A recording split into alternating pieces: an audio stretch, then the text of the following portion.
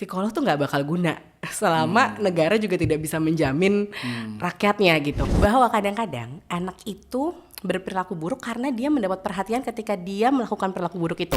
Kayak ngajarin moral ke anak juga ya, kalau Betul. janji harus ditepatin. Yes. Mau jadi pemimpin, kita sebagai orang tua juga harus siap kalau anaknya nggak iya-iya aja pas kita ngomong. Anak melakukan sesuatu bukan karena disuruh. Anak melakukan sesuatu karena dia tahu kenapa dia harus melakukan itu. Kepemimpinan rumah tangga tuh sama dengan pemerintahan, karena sepenting itu. Boleh marah, tapi nggak boleh nyakitin diri, nggak boleh nyakitin orang, nggak boleh ngerusak barang. Katanya dicuekin kalau misalkan Iya, lagi marah gitu betul. kan, biar nggak ini. Iya, dicuekin perilakunya. Perilaku tantrum untuk meminta sesuatunya dicuekin, tapi bukan nyuekin anaknya. Apa yang terjadi kalau anak itu dibesarkan tanpa figur kepemimpinan yang aman di rumah? Dampak jangka panjangnya itu apa sih sebenarnya? Figur kepemimpinan tapi sebenarnya tidak selalu ayah ya.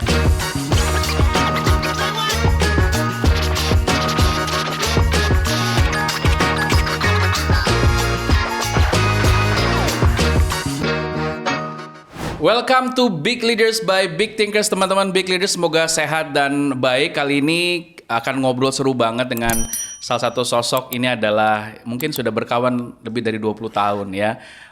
Kawan baik ketika SMP, dulu sempat menjadi ketua OSIS, juga juara umum, berprestasi luar biasa, lost contact, saling monitor di media sosial, dan turns out beliau ini sudah menjadi psikolog klinis. Psikolog pendidikan Ya, yang luar biasa. Nah, kita hari ini akan ngobrol tentang kepemimpinan, tapi kadang-kadang kita tuh suka terlalu terindah-bobokan sama narasi kepemimpinan yang terlalu elitis gitu ya. Padahal kepemimpinan yang paling basic itu adalah kepemimpinan yang dimulai dari keluarga. Nah, banyak juga orang yang sebenarnya pengen menjadi orang tua yang baik. Tapi kadang-kadang nggak tahu tuh bagaimana menerapkan pola asuh, ngajarinnya gimana ke anak-anak.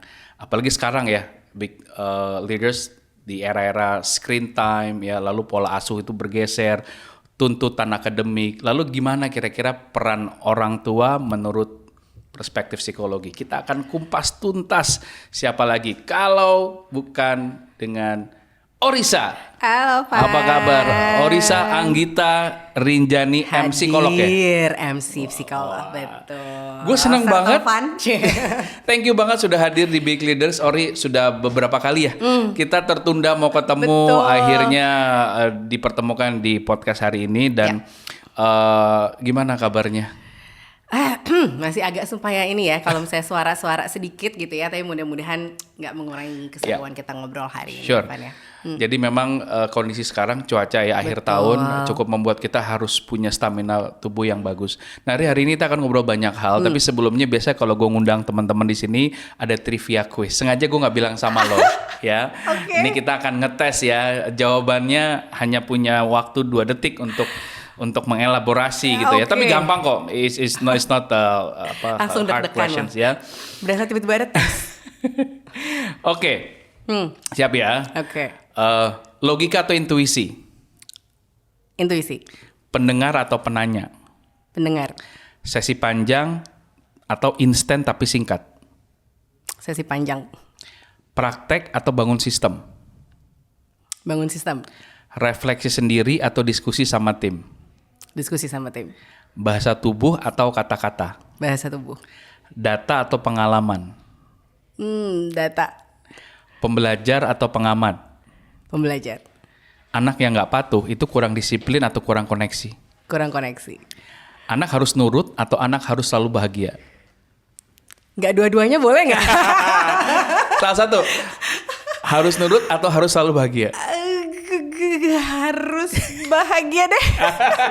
Itu ternyata pertanyaan terakhir paling dilematis ya. Oke, good, thank you Ori. Nah, ini seru banget teman-teman karena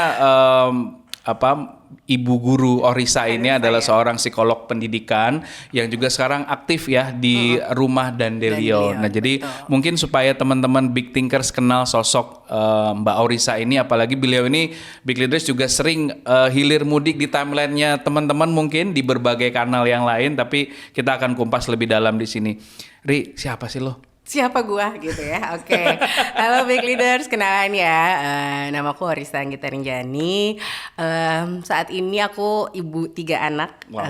Anakku yang paling besar usia mau 13 SMP, yang kedua 9 tahun gitu ya, di kelas 3 SD, dan yang terakhir umur 5 ya saat ini TKB. Jadi di 3 level pendidikan yang berbeda Luar gitu biasa. ya. Putra saat putri ini. atau Perempuan laki-laki laki-laki. perempuan laki-laki. Betul. Oke. Nah, terus ya memang dari dulu aku into dunia pendidikan dan dunia anak-anak gitu ya. Dari dulu setelah lulus dari kuliah juga ngajar sebagai guru SD, pernah guru TK juga, pernah jadi konselor sekolah juga, pernah jadi dosen seperti Bapak Taufan, tapi ternyata tidak sesuai jiwanya gitu ya.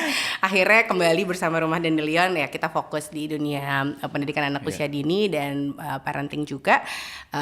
Sekarang juga sambil kemudian sempat nerusin S2 di psikolog pendidikan. Kita flashback ketika Orisa pada saat lulus SMA dan mungkin sedang gamang memilih mau ambil jurusan apa di kampus. Nah, apa yang membuat akhirnya ngambil I will be a psychologist.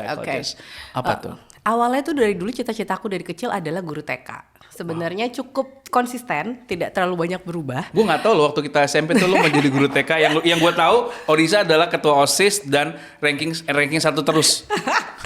Iya, pokoknya ingin jadi guru lah gitu ya. Terima kasih. Walaupun nanti kita bahas ya. Sekarang kalau makin kehidupan makin bergeser, makin bahwa ya ranking 1 bagus. Tapi ternyata gitu ya kan di kehidupan nyata ranking gitu. Jadi sampai akhirnya di SMA kita ada psikotes waktu itu.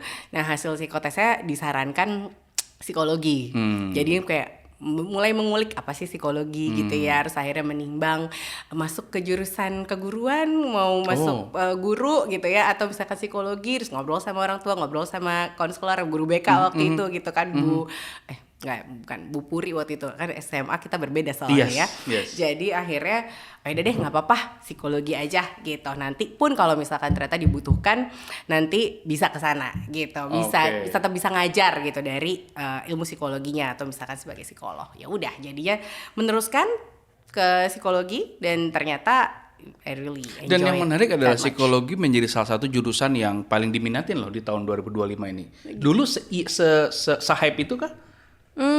Kayaknya belum sih ya, belum segitunya ya. Maksudnya kayaknya lebih banyak masih ya kedokteran ekonomi kayaknya masih jauh. Masih era kita pada saat itu ya. Kayaknya masih yang kesana gitu. Oke. Nah, kalau bicara Rumah Dandelion, ceritain apa sih Rumah Dandelion? Mungkin teman-teman juga ada yang sudah tahu atau mungkin pengen kenal lebih jauh. Ya. Kita menyebutnya sih sebagai pusat pendidikan dan aktivitas keluarga gitu ya. Jadi waktu itu awalnya sebenarnya dibentuk sama teman-teman aku sama teman-teman kuliah gitu ya. Sebenarnya kita juga tidak dari awal sebenarnya ingin membentuk ini gitu. Cuma dari waktu itu udah lulus masing-masing udah dari S2 udah selesai, kerja kan masing-masing, ada yang jadi konselor sekolah, ada yang di sekolah, ada yang praktek di sekolah, ada yang memang sebagai praktisi juga gitu. Terus ya kadang ngobrol-ngobrol kemudian melihat bahwa ternyata ada ya beberapa isu-isu perilaku anak atau isu-isu yang terjadi itu kalau seandainya mungkin orang tua punya edukasi, punya informasi yang lebih awal yang cukup gitu. Mungkin ini sebenarnya bisa diminimalisasi ya isu-isu perilaku yang terjadi gitu kan ya, bisa dicegah. Tapi kita bisa ngapain ya gitu. Boleh dielaborasi sedikit perilaku contoh yang Jadi misalnya kita waktu itu let's say aku praktek di salah satu sekolah gitu kan, salah satu muridnya speech delay lah gitu. Speech delay. Nah, speech delay. Jadi waktu itu juga udah speech delay nih gitu kan. Terus kemudian apa ya ternyata gitu. Maksudnya pas kita lihat cari data lebih lanjut gitu kan. Apa sih yang kemudian faktor-faktor yang mempengaruhi. Nah, salah satunya ya tadi gitu ya, misalnya screen time berlebih atau misalnya ternyata dari tapi ternyata udah seperti itu, pas lagi mau naik ke tingkat pendidikan yang lebih lanjut, orang tuanya masih memilih untuk mencari yang trilingual nih sekolahnya gitu. Jadi kayaknya belum pas ya sebenarnya gitu. Tapi kalau misalnya kita bisa membantu orang tua untuk melihat nih gitu ya, apa sih sebenarnya pilihan-pilihan yang mungkin lebih sesuai dengan kebutuhan anak, atau sebelum masalah itu muncul nih, sebelum speech delay-nya terjadi gitu ya, apa sih sebenarnya yang kita perlu lakukan gitu ya. Itu kan salah satu contoh gitu. Nah, tapi dari ngobrol dengan teman-teman di sekolah begini, aku praktek begini, gini ya, kita menemukan lah ada satu kesamaan, benang merah lah gitu benang merahnya gitu kan, bahwa ya tadi itu memang isu perilaku anak banyak bergantung pada ya bagaimana pada akhirnya orang tuanya Pola juga asuh gitu ya. dari pola asuh, dari simulasi yang diberikan dan sebagainya. Akhirnya mulailah Rumah Dandelion waktu itu kita membentuk kelas main. Waktu itu cuma lepasan aja gitu, tapi akhirnya ya kemudian Di responnya mana baik. waktu itu? Waktu itu belum punya tempat, jadi kita benar-benar cuma kayak nyewa satu. Mulai berapa orang waktu itu? Cuma 10. Wow. Waktu itu gitu ya, 10 keluarga gitu, orang tua dan bayi. Soalnya kita jadi main bersama gitu, bukan bayinya aja yang ikut kelas, tapi sebenarnya fungsinya adalah orang tua mendapatkan pengalaman nyata. Oh gini loh, permainan yang sederhana, tapi ketika lo tahu tujuannya apa, lo bisa replikasi itu di rumah. Nggak perlu yang mainan mahal, tapi lo tahu nih manfaatnya apa gitu. Dan itu harapnya bisa dapat ide-ide bermain dan dapat connection juga anak banding sama orang tuanya.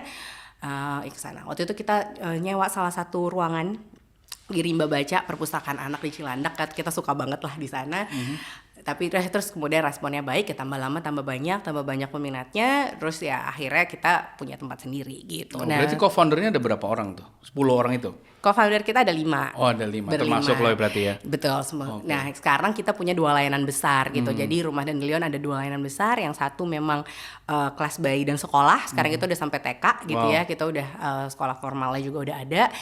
Dan yang satu layanannya lebih ke ruang konseling dan biro psikologinya, assessment terapi gitu. Di satu tempat itu berarti? Di 2 tempat yang berbeda, tapi satu area di Cilandak gitu. Oh di Cilandak ya.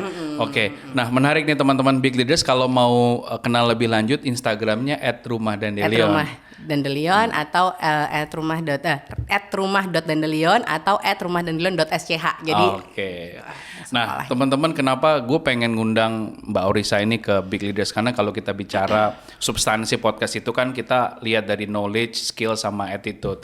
Nah beliau ini udah memenuhi lah pengalaman jadi ibu, punya 3 anak, jadi psikolog, edukasi, lalu begitu aktif di Rumah Dandelion. Nah Ri, tantangan terbesar apa sih sebagai seorang psikolog? Mungkin ini juga jadi wisdom buat adik-adik kita yang lagi belajar psikologi atau mungkin mempertimbangkan ngambil jurusan psikologi gitu ya. Tantangannya mungkin lebih ke lo-nya ya. Gue pengen tahu tantangan sebagai psikolog plus orang tua gitu ya. Dan ini satu paket nih pertanyaannya. Kesalahan parenting apa yang lo pernah lakukan dan akhirnya lo belajar banyak dari situ? Banyak, oke. Ya, tantangannya dulu adalah mau nggak mau kita punya ekspektasi tersendiri terhadap diri, dan menurut gue orang lain juga berekspektasi lebih ke gue gitu kan ya, karena ya tadi psikolog, praktisi psikolognya pendidikan anak usia dini. Double gitu ya. Kan ya, sebagai orang tua juga gitu. Jadi pasti tentu kita ketika kita punya ilmunya gitu ya, kita belajar ilmunya, akan ada frustrasinya ketika gue belum bisa praktekin sepenuhnya. Kenapa ini nggak berhasil gitu kan, atau yang kayak ternyata padahal gue sering bilang nih sama klien begini kan, kejadian juga di gue gitu kan. Jadi adalah hal-hal yang seperti itu yang kita juga pasti ada ekspektasi tertentu yang kayak ya kita bisa menjadi model gitu ya, menjadi role model yang baik gitu. Tapi ya kita juga perlu humbling enough bahwa ya kita juga manusia biasa gitu kan. Betul. Ya we can do a lot of mistakes gitu. Tapi yang aku selalu bilang adalah ya anaknya psikolog bukan berarti bukan berarti nggak pernah marah. Anaknya psikolog bukan berarti nggak pernah kena kasus gitu kan ya. Saya pernah dipanggil sekolah gitu kan karena anak saya bermasalah gitu.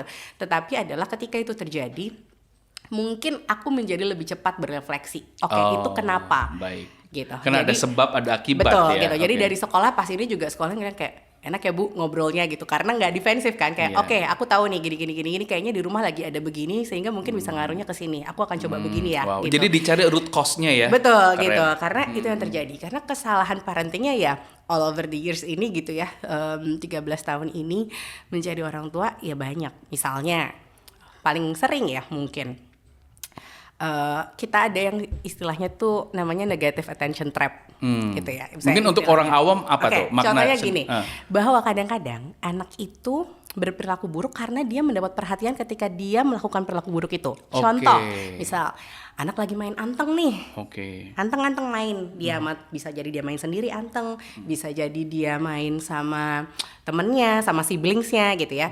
Terus dia bilang kayak, mama ayo ikut main. Iya bentar ya, mama lagi ngerjain apa gitu kan. Oke 10 menit lagi ya misalnya gitu. 10 menit lagi ngeliat kok dia masih anteng ya gitu. Lanjutin Terusin tuh, lah kan? kita kerjaan kita gitu kan. Iya. Lanjutin.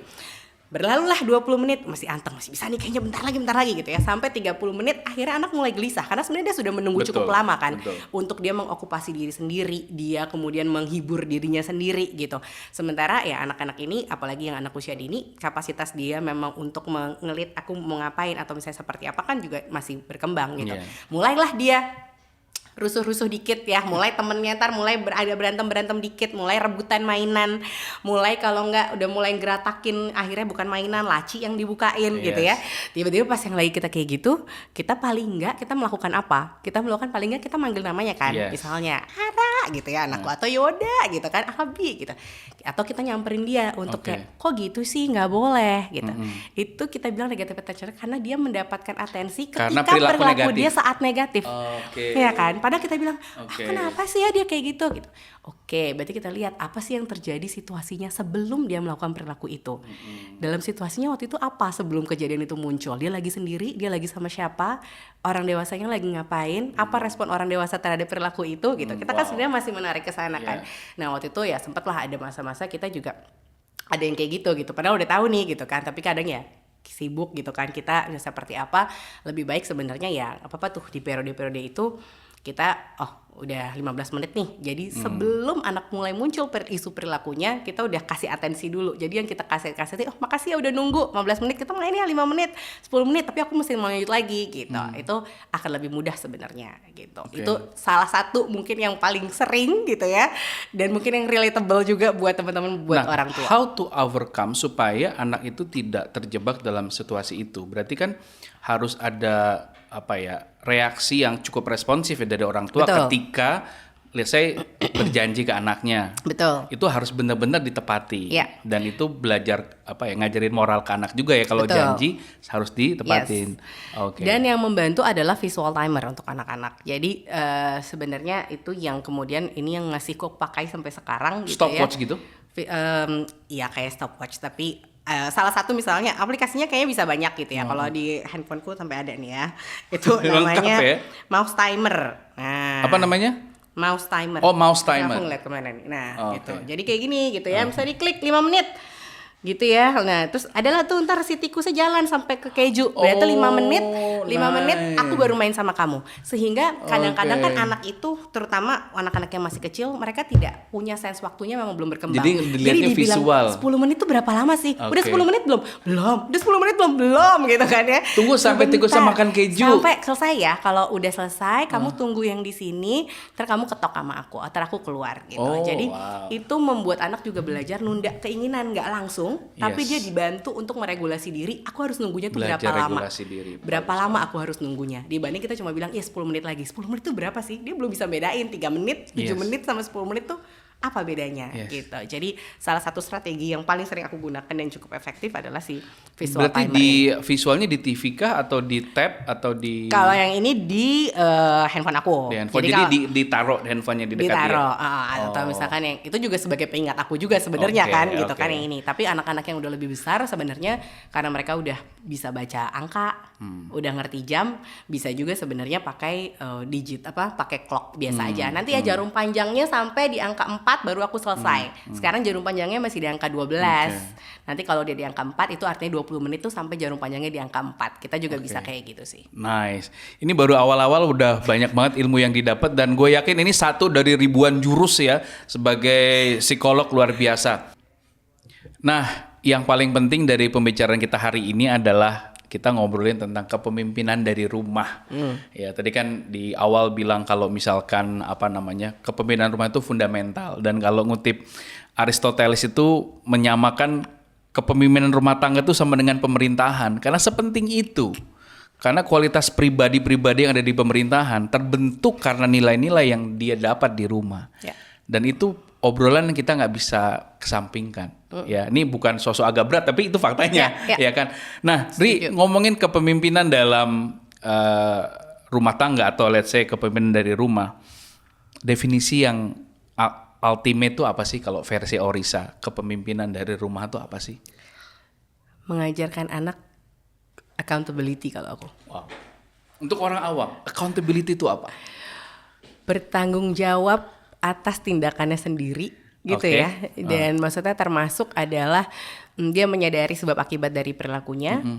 Dan ketika dia berbuat salah, dia admit, oh iya memang aku salah dan apa yang bisa aku lakukan ke depannya gitu ya. Jadi bisa dia nggak kemudian menyalahkan orang lain. Oh aku begini soalnya kamu gini sih soalnya Iya. dia begitu sih gitu Iya, ya. iya. Jadi eksternal tuh faktornya gitu. Tapi menurut aku seorang pemimpin adalah dia punya kepercayaan diri juga bahwa ya sebenarnya kita berdaya kok, kita tuh punya pilihan gitu ya, walaupun berat atau sulit ketika kita dan melakukan sesuatu, dan kalau kita melakukan salah dan emang salah, oh ya memang diakui seperti itu, tapi bukan karena orang lain make us do it gitu ya, tetapi sebenarnya ada kok celah kita sebenarnya is a part of our choice juga gitu. Dan part yang menurut aku kita perlu akui dan belajar bersama adalah ya tadi sih, take accountability for our actions. Take accountability. Nah, Ri, kalau ngomongin leadership itu kan ada leader, ada follower, ya kan? Ada yang dilihat dan ada yang melihat. Yeah. Nah, kalau konteks di rumah, sebenarnya yang benar yang seperti apa sih? Dalam artian, apakah parents itu harus menjadi sosok leader atau justru kebalikan, parents yang harus ngikutin kemauan anaknya? Nah, itu yang terjadi gimana sebenarnya? Peran orang tua itu bisa bergeser. Nice, yes. Tergantung anaknya di fase usia berapa gitu Itu kan yang ya. penting, yes. Maksudnya mungkin yang awal kita masih ya lead banget ketika mereka memang masih terbatas dari segi kognitif, dari Berarti segi bahasa. golden age tuh ya? Ya kan, misalnya Oke. kayak seperti itu. Ya wajar gitu, kita yang masih ngelit rutinitas harian mereka seperti apa sih. Kenapa kita membuat rutinitasnya begitu, sebenarnya tujuannya apa, yang kayak gitu kan ya. Apa yang boleh, apa yang tidak, apa yang kita batasi, apa yang mereka bisa tonton, apa yang mereka bisa makan, apa yang kemudian permainan yang mereka lakukan. Itu kan semua sebenarnya masih ibaratnya mungkin lebih banyak top down lah gitu Iya. ya dari kita gitu. Tetapi kemudian makin anak besar kita juga perlu bergeser gitu, karena kalau misalnya kita terus-menerus seperti itu juga, padahal kebutuhan anak juga sudah semakin besar dan berbeda gitu ya. Mereka butuhnya adalah kesempatan juga untuk mereka making their own choice gitu kan. Oke. Jadi kita bergeraknya parents bisa lagi sebagai coaching, sebagai mentor gitu ya. Kita Itu di usia berapa kalau boleh tahu? Bergeser? Ya mungkin bisa di remaja ya. Di remaja, Pretend oke. remaja gitu. Artinya bukan kayak kamu harus A, tapi aku mau A. Menurut kamu kalau kamu ngelakuin A, kira-kira akan seperti apa ya gitu. Itu lebih banyak lah. Walaupun sebenarnya dari anak usia TK udah mulai bisa udah mulai bisa di shaping seperti itu gitu kan ya. Tapi yang menarik adalah aku selalu bilang gini, kalau mau anaknya di besarnya mau jadi pemimpin, kita sebagai orang tua juga harus siap kalau anaknya nggak iya aja pas kita ngomong. Masalahnya terkadang orang tua tuh bilangnya adalah bisa nggak kayak gitunya nggak sama aku. Kalau sama orang tua Oke. tuh nurut aja gitu gitu kan. Ada superior syndrome ya. Tapi kalau misalkan sama temennya jangan mau iya aja gitu kan. Mau Oke, nih oke. temennya, aku maunya dia jadi leader di antara temen-temennya Yes, gitu kan. Tapi yes. pas anaknya mau ngomong aku nggak mau begitu, udah pokoknya gitu aja mama papa gitu kan. Maksudnya Yeah. kadang-kadang kita begitu kan, Yeah. kayak kita merasa bahwa kita tahu kok yang terbaik buat mereka gitu. Tetapi itu tadi sih kita tidak harus, tapi semuanya because I said so-nya itu Yes. gitu. Nah itu yang kadang menurut kita juga parenting sekarang, orang tua sekarang juga sedang mau mulai bergeser ya. Karena mungkin ke zaman kita kecil orang kita juga taunya orang tua ngomong apa ya kita harus Betul, aja betul. gitu kan ya. Tetapi kita kemudian semakin belajar dan semakin terbuka dengan informasi, dan bahwa oh sebenarnya kenapa sih itu sebenarnya kurang direkomendasikan gitu kan. Tapi karena kita maunya tadi tuh anak melakukan sesuatu bukan karena disuruh, anak melakukan sesuatu karena dia tahu kenapa dia harus melakukan itu, apa sih manfaatnya, apa kemudian dampaknya gitu kan. Sebenarnya kan balik lagi ke accountability tadi. Ya, tadi kata kuncinya accountability. Kenapa sampah itu harus dibuang ke tempatnya? Kenapa kalau habis makan piringnya harus dibawa ke dapur, dan kalau Yeah. bisa bersihin sendiri? Yeah. Kenapa kalau numpahin makanan ke lantai harus ambil tisu, Yeah. dilap dan masukin tisunya ke tempat sampah? Exactly. Gitu ya. Betul. Nah, yang menarik di sini adalah ketika ini sedikit jump out of topic but still on discussion. Ini mungkin relate ya buat teman-teman yang lagi ada di posisi ini ya, merasa bahwa harus mempertahankan rumah tangga atau tidak gitu. Dalam artian karena satu dan lain hal. Ini kita bicara Indonesia menjadi negara fatherless top 3 atau top 2 as far as I know gitu ya. Nah, Ri, sebenarnya apa yang terjadi kalau anak itu dibesarkan tanpa figur kepemimpinan yang aman di rumah? Oke. Dampak jangka panjangnya itu apa sih sebenarnya? Figur kepemimpinan tapi sebenarnya tidak selalu ayah ya. Tidak soal ayah, betul. Nah itu kita harus Aku highlight mau ya. menekankan itu soalnya. Harus highlight. Bisa ayah, bisa ibu. Bisa ayah, bisa ibu, dan sebenarnya bisa orang dewasa lain di sekitarnya, tapi Ya. yang bisa memberikan ya tadi harus benar role model dalam berperilaku gitu.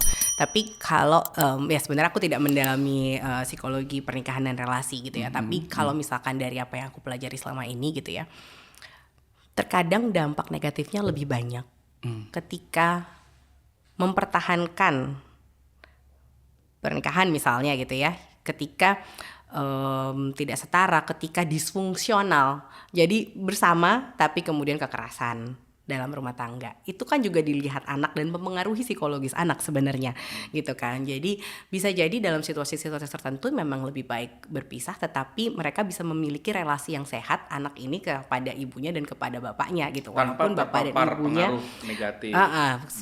dalam konteks suami istri gitu ya. Karena terkadang ya tadi tuh mempertahankan karena ya nanti soalnya gimana ya gitu kan, takutnya anaknya kenapa-napa. Tapi banyak juga studinya ya anak-anaknya itu juga mungkin tadi tuh ketika berada di dalam marriage yang disfungsional dan dia melihat setiap hari ibu bapaknya saling maki, saling berteriak gitu ya, terkadang bahkan ada kekerasan, itu juga bisa mempengaruhi dia tidak memiliki ruang aman di rumah kan gitu. Sementara psikologis itu juga kalau kita lihat sebelum dia bisa mengaktualisasikan dirinya gitu sesuai dengan potensinya, ya dia butuh ruang aman, butuh merasa aman, secure, butuh merasa dicintai. Ya, itu adalah betul. kebutuhan dasarnya juga gitu, dan itu mungkin tidak terpenuhi di dalam lingkungan pernikahan yang tidak sehat misalnya. Ya, ini jadi catatan penting ya gitu ya. Dan sebenarnya salah satu tantangan menjadi orang tua zaman sekarang adalah karena adanya teknologi dan digital, adanya paparan-paparan yang sebelumnya belum pernah ada, dan itu cukup signifikan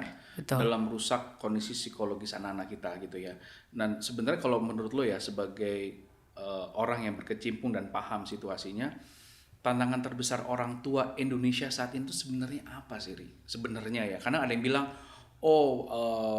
kontrol yang tidak maksimal dalam penggunaan gadget, atau mungkin salah memilih lingkungan sekolah gitu ya misalkan, atau mungkin secara scientific base atau tacit knowledge berbasis pengalaman, apa yang mungkin lo bisa elaborate? Oke. Gini, pada akhirnya memang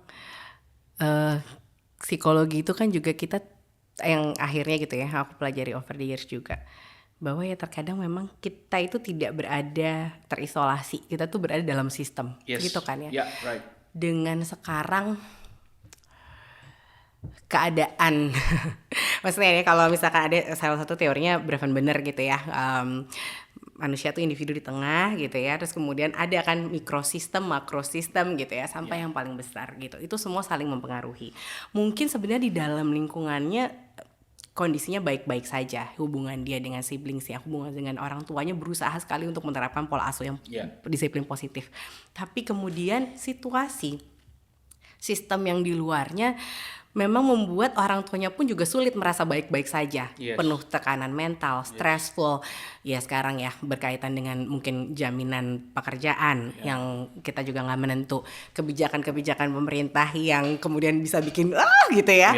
Itu kan juga ini mau dibawa kemana ya? Nah itu sebenarnya mempengaruhi juga gitu. Sampai bahkan kan ada salah satu tulisan yang cukup keras gitu ya dari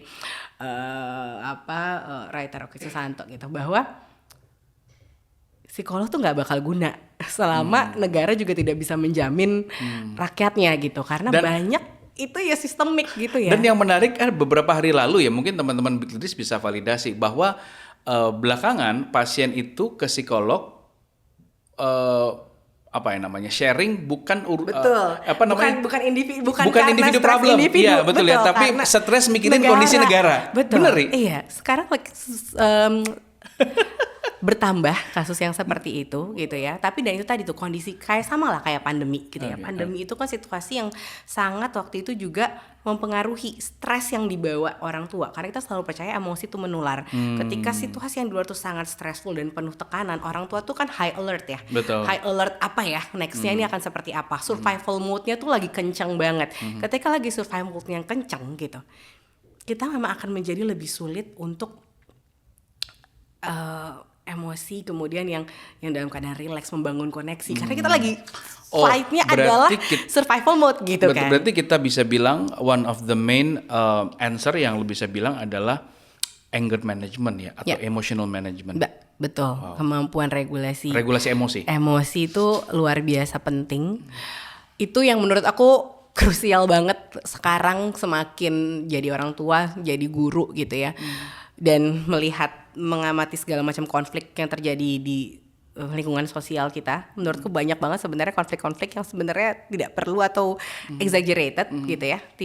Out of proportion gitu. Marahnya.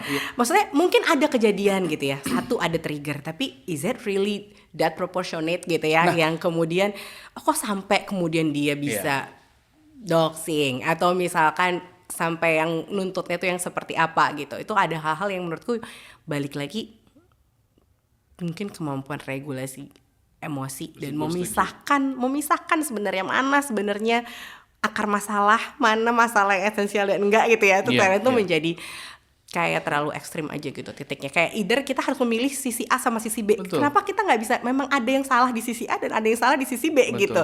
Bukan kita harus langsung memilih salah satu gitu. Jadi ya. Nah ini jadi mendesah gitu kalau misalkan ngomongin ini. Pertanyaan yang tadi pop up ya, muncul gitu tiba-tiba.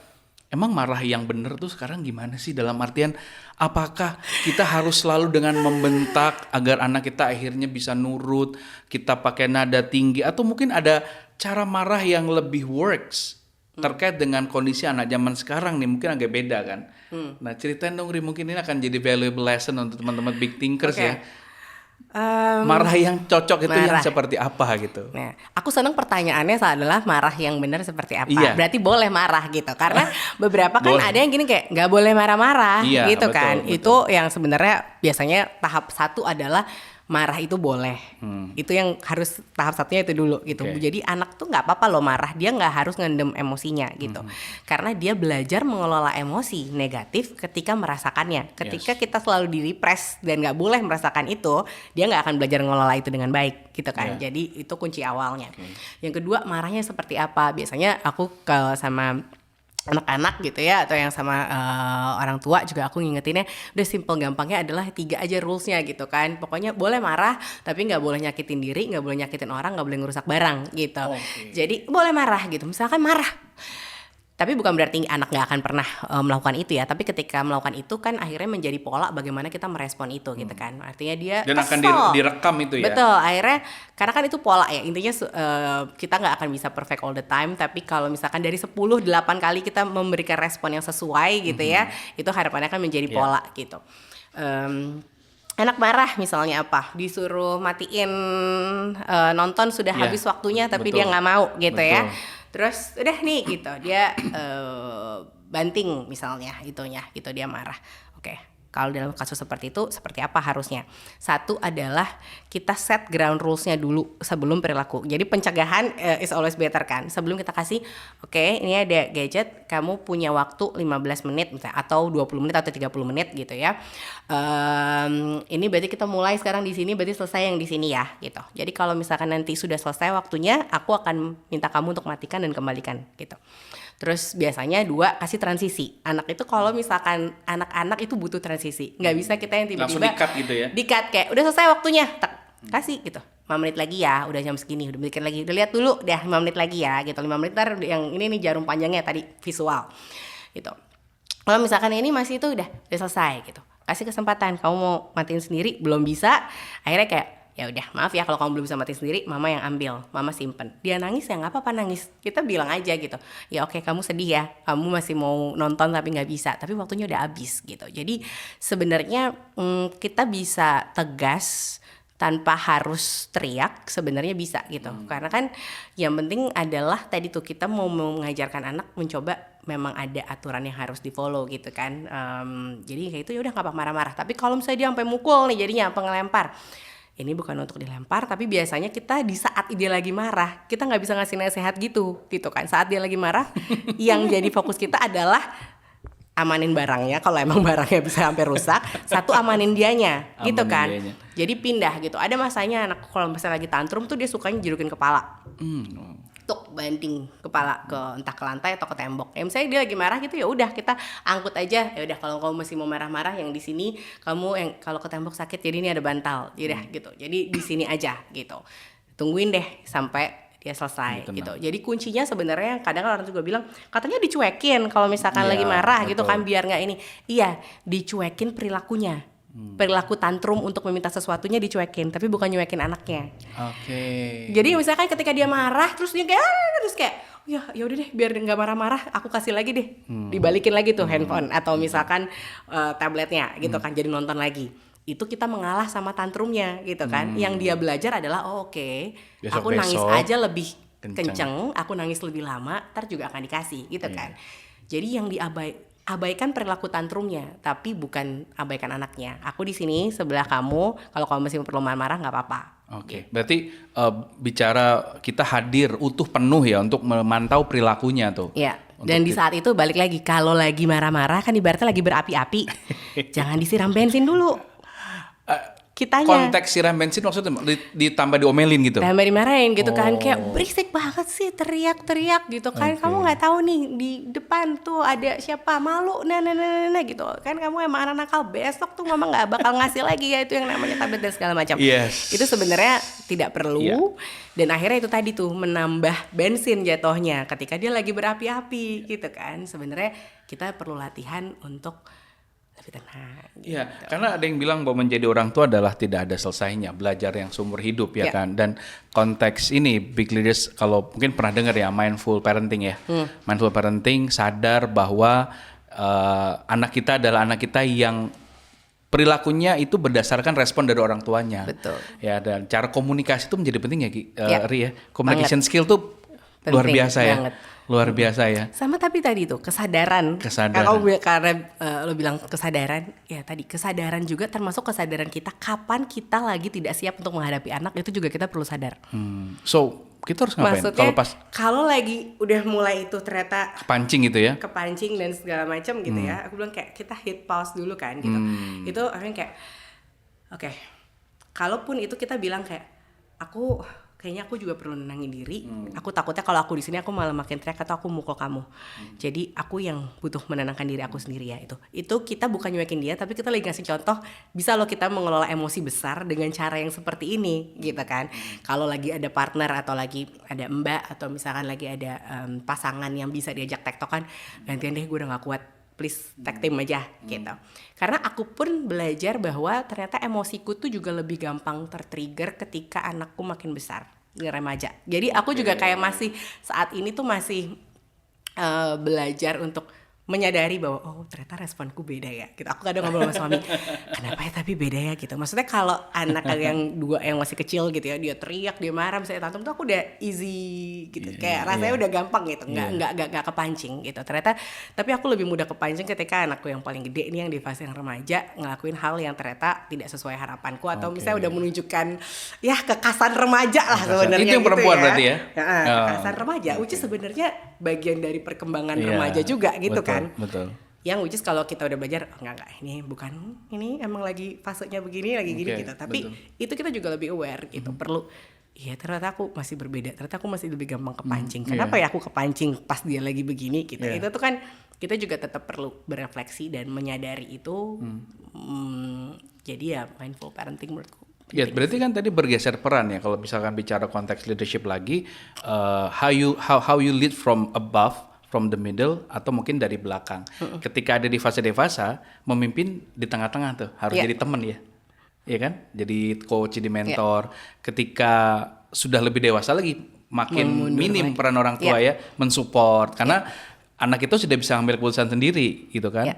Gitu. Nah, ini kadang-kadang tidak cukup disadari ya maunya orang tua tuh ngontrol terus.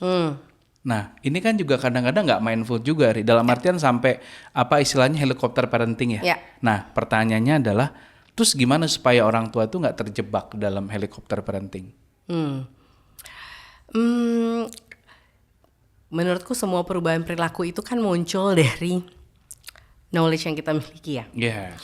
Jadi sebenarnya langkah utama adalah membuka diri gitu untuk terus belajar, entah itu dari baca buku, entah dari ngobrol sama sesama orang tua gitu ya, atau misalnya kalau memang butuh bantuan ke profesional dan sebagainya gitu. Tetapi karena tadi dan coba belajar mengamati pola, karena sebenarnya ketika kita melakukan hal yang kurang baik sebenarnya sebagai orang tua, menurutku we have that intuition dan we have that guilty feeling, salah nih gua. Oh, mungkin ketika Jadi kelepasan sebenarnya ngebentak gitu ada atau- pengingat iya, gitu kan, iya, kayak iya, misalkan gini, apa ya, sesimpel lagi bangunin anak Oh, oke. pagi mau sekolah gitu ya, kadang bangun di jam segini gitu ya. We have that split second ketika anaknya masih ogah-ogahan, masih malas. Sebenarnya kita tuh punya pilihan yang aku bilang tadi kan. Kita mau kayak gimana ya? Kita bisa kayak, ini tuh jam segini, makanya tadi malam tuh gak usah begadang deh, gitu ya. Atau kayak, Kak, di jam segini nih, kata gitu. Itu respon kan? Kita gini aja deh yuk, gitu. Mau pakai lagu apalah biar semangat gitu. Itu bisa gitu. Karena kadang ternyata dengan kita nge-twist cara kita dengan itu yang sama Itu tuh, beda kita ya. responnya beda. Itu anak juga merespon, karena begitu lagi kayak gini, terus kita langsung ngegas naik. Itu eskalasi anak tuh jadi kayak makin Double. ngerasa kayak apa sih gitu Oh, kan. oke. Yes. Jadi kayak makin nggak usah lah gitu, nggak mau gitu. Jadi ada apalagi ada kalau yang kebutuhan. Dan lo pernah ada di posisi itu dong? Punya kontrol Kepancing dan ya? sebagainya. Ada. Dan akhirnya ya tadi kan belajar untuk oke, nggak bisa nih sama yang ini ya, salah nih, salah gitu. Oke, reset, besok nggak boleh gitu lagi. Wah, gitu seru kan, ya. nih, langsung Jadi, lapor. hal yang kayak gitu tuh juga terus-terusan terjadi Iya. gitu, merefleksi diri dan segala macam gitu. Dan aku tadi ya berusaha untuk akhirnya take back, karena pada akhirnya anak tuh sebenarnya mau kok punya kontrol terhadap dirinya sendiri.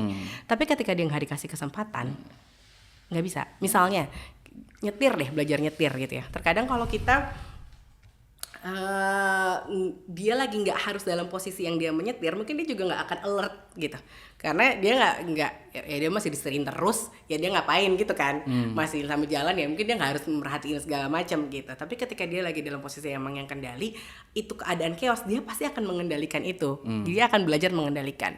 Contohnya ada hal-hal misalnya untuk yang di remaja gitu ya, kayak kita berkali-kali bilang kayak beresin kamarnya berantakan banget gitu. Buat dia mungkin itu nggak berantakan gitu kan. Kita kan juga kadang harus kayak oke, segitu nggak berantakan, ya udah oke.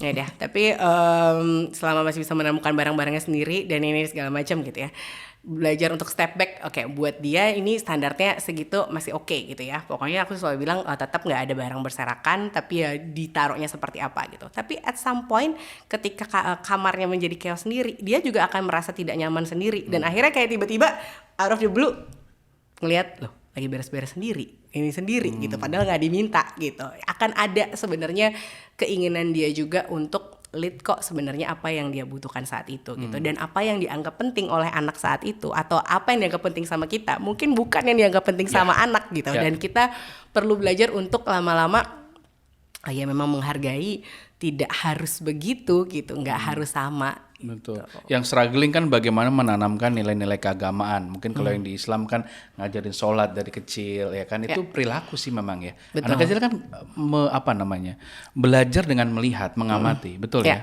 Nah itu juga kan, jadi Betul. itu juga yang menjadi refleksi adalah ketika kita minta sesuatu, iya ding ya, tapi mama bapaknya juga masih bolong-bolong atau enggak ya gitu kan. Kadang kalau misalkan yang gini, iya ya, terus seberapa sering ya, tapi kita betul. ngaji ya gitu kan, yang baca Quran gitu. Jadi itu juga yang aku omongin ke diri sendiri adalah ketika aku ngerasa anakku belum berekspektasi atau pengen sesuatu, doa beneran udah memberikan satu ruang untuk dia belajar itu, dua udah ngasih contoh apa belum gitu, karena gak bisa dilepasin dari situ kan gitu. Jadi kita gak bisa menuntut ke anak apa yang kita tidak tuntut ke diri sendiri sebenarnya gitu. Jadi kalau mau anaknya berubah, perilaku orang tuanya dulu yang harus berubah. Enggak, yang menarik anakku kan 3,5 tahun ya. Waktu itu ibunya dari dapur, terus gitu minta, kan mereka kembar, adek sama kakaknya nih cuci tangan, ya kan. Ini anak 3 tahun 2 bulan loh, Ri. Ini gue ngomong gini, nggak mau ibu aja nggak cuci tangan. Itu ibunya bengong. Ya.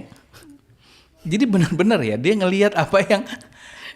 Tapi Betul. 3 tahun 2 bulan loh, Ri. Oh ya, sedangkan mengamati dan pengamatan itu dari ya 1,5 tahun udah bisa. Ibunya nggak bisa bilang apa-apa gitu. tuh. Bener kan, jadi kayak oh iya, cuci tangan gitu kan ya.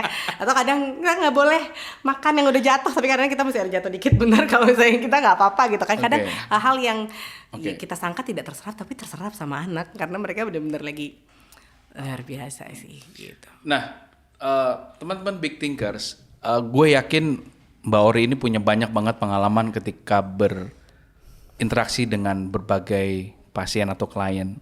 Boleh dong Ri mungkin spill beberapa cerita ya, yang mungkin cerita ini kalau bisa tidak terjadi ke keluarga-keluarga lain.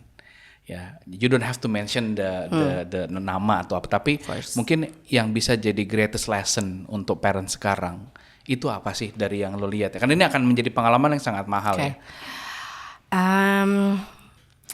Oke, ini salah satunya adalah yang paling penting menurutku pantau tumbuh kembang berkala dulu. Itu menurutku basicnya dulu gitu ya. Dan pemantauan tumbuh kembang itu sebenarnya sesuatu yang ada tipe-tipenya gitu ya. Dalam arti ada yang emang kita monitoring sendiri orang tua dengan dari baca checklist atau misalnya terus ngelihat lah anaknya seperti apa gitu ya. Kemudian meningkat lagi ada yang namanya screening tumbuh kembang, itu dilakukan di tenaga yang sudah mendapatkan pelatihan. Baru ketika ada hasil screening tumbuh kembang kurang oke, naik lagi namanya assessment psikologis. Itu kan sebenarnya ada jenjangnya gitu. Nah, tetapi beberapa isu yang aku temui adalah itu tadi ya, ketika datang akhirnya ke profesional, menurutku sudah ini seandainya dibawa sebelum ini gitu, gitu kan ya. Jadi, nah kenapa orang kadang menunda juga gitu? Yang bisa banyak alasannya. Bisa karena di satu sisi sebenarnya udah ada feeling kayaknya anakku Boleh ceritain nggak dengan deh. satu case tertentu, misalkan? Oke, misalnya ternyata tadi tuh anak usia 4 tahun. 4 tahun Speech delay itu tadi. bukan, beda. Jadi 4 tahun waktu itu mau ikut kelas lah gitu ya.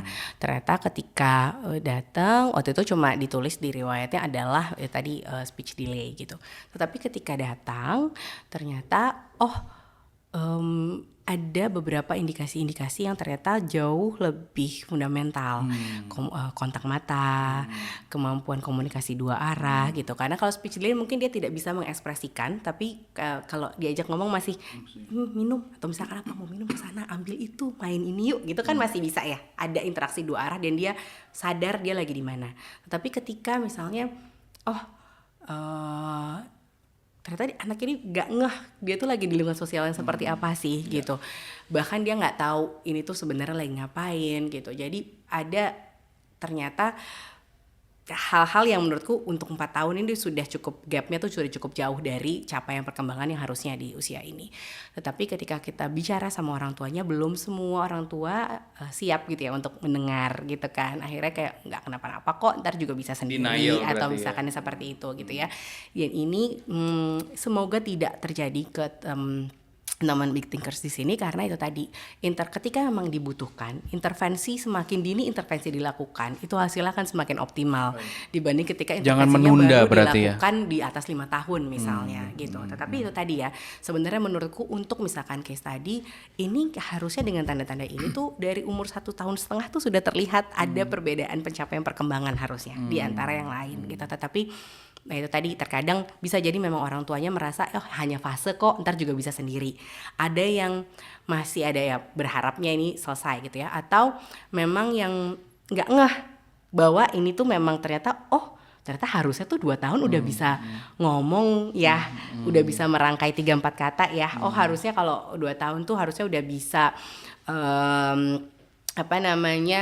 lompat ya gitu ya, misalkan udah harus bisa jalan mandiri gitu. Kadang ada misalnya beberapa mungkin yang juga nggak ngeh gitu ya, jadi nggak dibawa gitu. Tapi ada juga yang memang karena kekhawatiran dilabel, kekhawatiran mendapatkan diagnosis yang akhirnya justru membuat menunda gitu. Mungkin itu salah satunya yang menurutku juga cukup penting untuk yang kalau kita mau melihat ke dari yang basicnya banget gitu ya, karena kan tumbuh kembang anak itu kan seperti kita numpuk balok ya, ketika yang di dasarnya fondasinya kurang kuat, mungkin kita masih akan bisa 3 tingkat, 4 tingkat, 5 tingkat, tapi nggak pas gitu ya. Misalnya kita ibaratnya menara balok nih, kita mau 1, 2 dibandingkan tertumpuknya dengan rapih, tapi kalau misalkan ketumpuk tapi sebenarnya udah di pinggir-pinggir, udah nggak ini akan lebih goyang kan, lebih goyah gitu. Jadi paling 6-7 tingkat akan jatuh dibanding kalau misalnya kita fondasinya ajak gitu yang dari awal. Ini makanya memahami psikologi tumbuh kembang tuh menjadi sangat penting ya, dan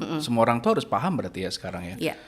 Cuma itu tantangannya salah satu Iya. lagi kalau misalkan di psikologi adalah tadi kadang-kadang ya kan ini emang biar kesini aja, biar konsul gitu. Itu ada juga tuh yang begitu. Maksudnya ya ini diakui saja gitu kan. Iya. Yang terkadang kita misalkan di sekolah gitu, ya pernah ada juga kayak gitu, kita bilang ini kayaknya butuh asesmen lebih lanjut deh gitu.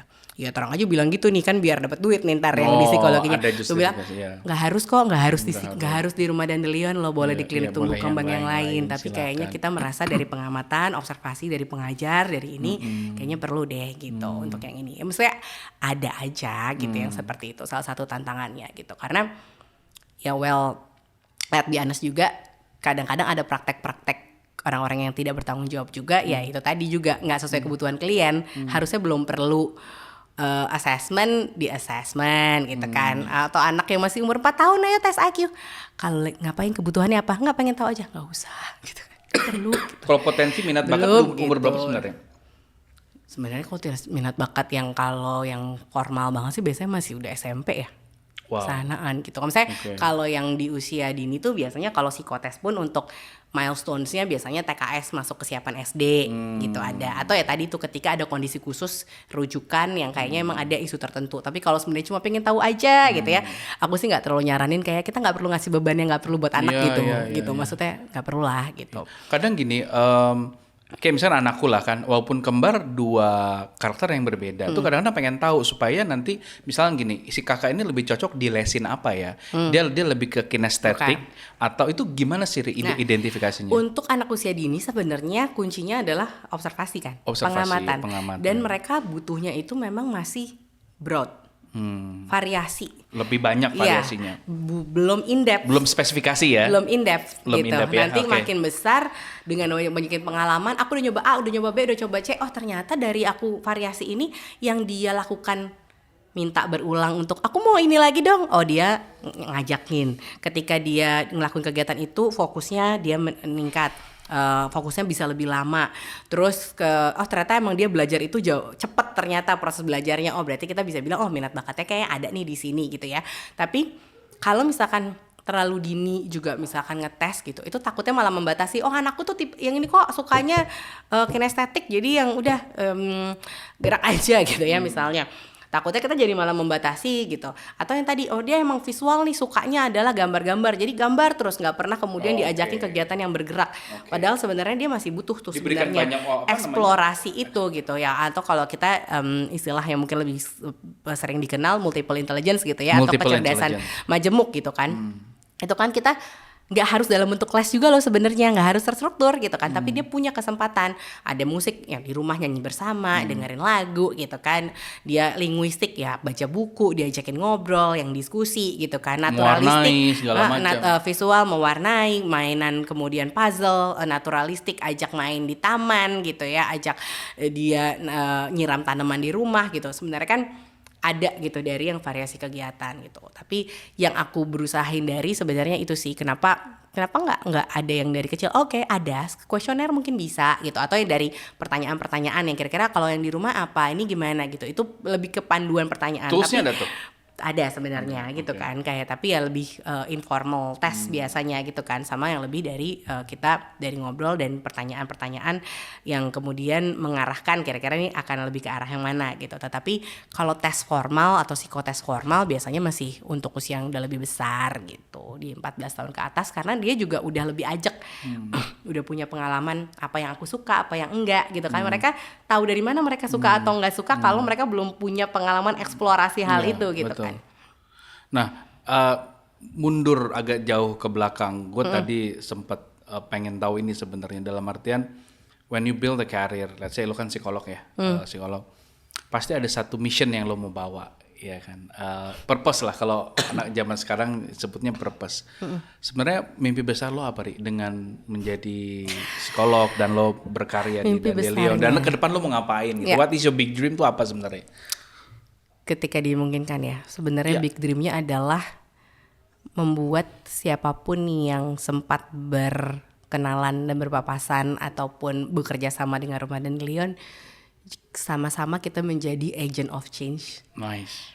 yang akhirnya membentuk satu community yang saling suportif dan mendukung tumbuh kembang anak dengan baik gitu ya kan. Dan akhirnya sebenarnya negara gitu jatuhnya, karena Ya, sebenarnya kan kita ya. ingin anak kita hidup di lingkungan yang memungkinkan dia juga untuk menjadi potensi terbaiknya juga bisa keluar gitu kan. Betul. Dan itu bagaimana kemudian kita juga bisa melakukan itu kan, kalau semua nilainya sama sebenarnya lebih enak. Ada sesimpel misalkan antri deh. Yes. Itu tuh aku yang masih gemes banget gitu ya, karena itu dari usia 1,5 tahun tuh kalau di kelasnya Dandelion kita udah latihan antri gitu, walaupun masih digandeng sama mamanya tapi ambil mainan tuh antri gitu.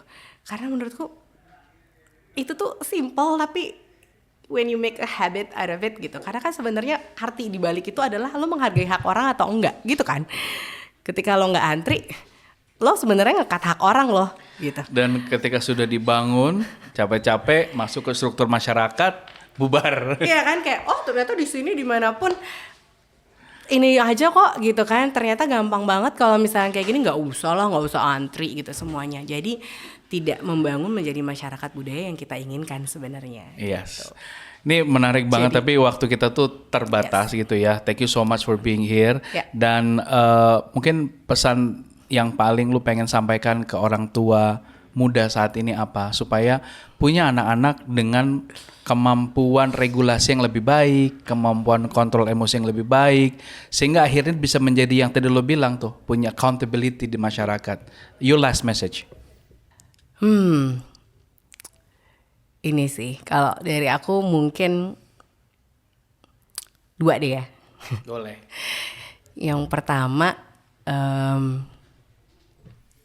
kita perlu mengakui memang parenting itu melelahkan kok. Yes. Gitu. Jadi juga jangan dibuat tambah lelah dengan aiming for perfection. Nice. Karena jadi tambah capai mengejar hal yang nggak mungkin kita capai. Great. Jadi fokus pada apa yang kita bisa lakukan lebih baik one step at a time aja gitu. Nice. Nggak harus kok dalam satu momen itu harus bisa semua gitu, karena banyak kan informasi bertebaran. Apa yang harus dilakukan dulu, pilih mana yang paling visible dilakukan keluarga lo dengan sumber daya yang lo punya, dengan situasi keluarga. Karena itu juga kita berempati gitu ya, memang nggak semua orang bisa menerapkan parenting ideal karena situasinya tidak ideal gitu. Mungkin itu yang satu. Yang kedua, jangan pernah berhenti belajar dan growth mindset itu kali ya. Jadi intinya adalah tetap membuka kesempatan bahwa kita bisa menjadi lebih baik dari yang kemarin, dan regulasi emosi itu menurutku itu yang menjadi kunci kita bisa menjadi parenting yang lebih, menjadi orang tua yang lebih baik sih. Kita belajar, salah satu investasi menurutku yang akan sangat baik buat anak-anak juga adalah orang tua yang mau belajar meregulasi emosi dirinya sendiri. Yes, meriset state dari kita sebagai orang tua bahwa orang tua pun bisa salah, terus berproses lebih baik dan memperbaiki diri untuk anak kita juga sebenarnya. Great statement, powerful message. Gue doakan lo dan karir lo, Rumah Dandelion semua maju, Amin. sukses, makin berdampak dan Amin. bisa bikin banyak blessing ke masyarakat. Amin. Thank you so much, Thank Orisa you, Van. Anggita Udah. Rinjani. Thank you. udah See you on kalian. next Big Leaders, Thank you teman-teman. semuanya.